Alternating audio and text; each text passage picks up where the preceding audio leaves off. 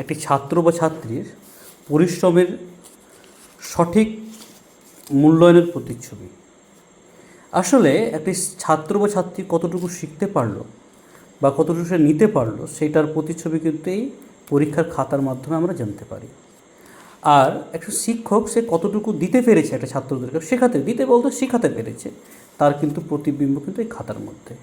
অনেক ক্ষেত্রে দেখতে পাই যে ছাত্রছাত্রীরা ভুল করে থাকে এবং শিক্ষক হিসেবে উচিত এই খাতা দেখার পর তার ভুলগুলোকে সঠিকভাবে সংশোধন করে দেওয়া।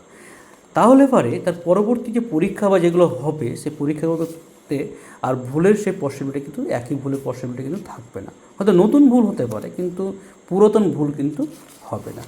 আর এই খাতাগুলোর মধ্যে জড়িয়ে আছে বাবা মার কিন্তু অনেক স্বপ্ন, হাড় হিম করে তারা ইনকাম করে দিনের পর দিন গুনছে। হয়তো তার ছেলে এরপরে হয়তো একটা স্টেজ পার করলো, হয়তো স্বপ্নের কাছাকাছি যাওয়ার চেষ্টা করছে।